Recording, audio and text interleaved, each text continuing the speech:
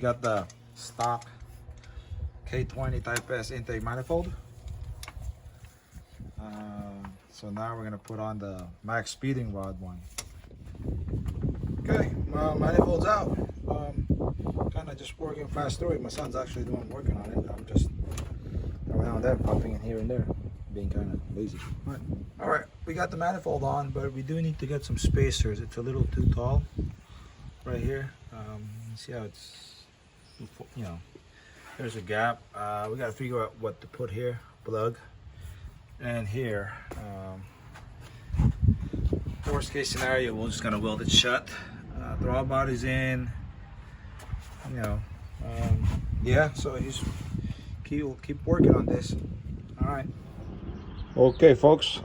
It's the next day. There it is.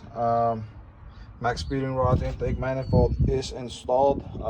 We are gonna take this car to the track today. It's Wednesday, so we'll go on the Wednesday street drag tonight, and we'll see how he goes. I'll let you know.